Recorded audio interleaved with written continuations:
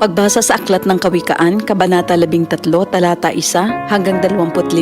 Ang anak na may unawa ay nakikinig sa kanyang ama, ngunit walang halaga sa palalo ang paalala sa kanya. Natatamo ng mabuti ang bunga ng kanyang kabaitan, ngunit ang ninanasan ng masama ay puro karahasan. Ang maingat magsalita ay nag-iingat sa kanyang buhay, ngunit ang taong madaldal ay nasasadlak sa kapahamakan. Ang tamad ay nangangarap ngunit hindi natutupad, ang hangarin ng masikap ay laging nagaganap. Ang taong matuwid ay namumuhi sa kasinungalingan, ngunit ang salita ng masama ay nakakahiyang pakinggan. Ang mabuti iniingatan ng kanyang katuwiran, ngunit ang masamay ipinapahamak ng likong pamumuhay. May taong nagkukunwang mayaman subalit wala naman, ngunit ang iba'y nag-aayos mahirap bagaman sila ay mayaman. Ang yaman ng isang tao ay pantubo sa kanyang buhay, ngunit sa isang mahirap, ito ay hindi nakababahala. Ang matuwid ay tulad ng maningning na ilaw, ngunit ang masama ay lamparang namamatay. Ang kapalaluan ay nagbubunga ng kaguluhan, ngunit ang pakikinig sa payo ay nagbabadya ng karunungan. Ang kayamanang tinamo sa daya ay madaling nawawala, ngunit ang kayamanang pinaghirapan ay pinagpapala. Ang matagal na paghihintay ay nagpapahina ng kalooban, ngunit ang pangarap na natupad ay may dulot na kasiyahan. Ang nagwawalang bahala sa payo ay hahantong sa sariling kapahamakan, ngunit ang nagpapahalaga sa utos ay gagantimpalaan. Ang mga turo ng matalino ay bukal ng buhay. Ito ay maglalayo sa bitag ng kamatayan. Ang katalinuhan ay umaani ng paggalang, ngunit ang kataksilan ay naghahatid sa kapahamakan.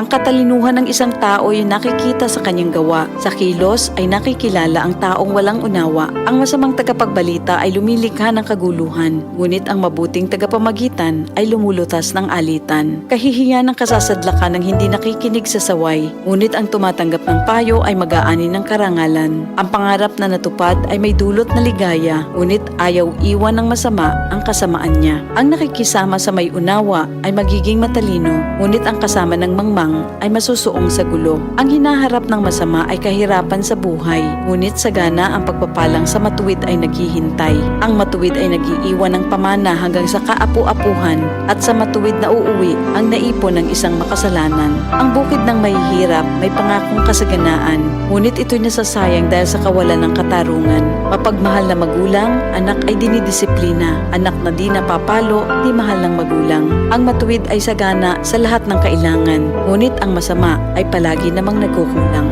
Ito ang salita ng Diyos.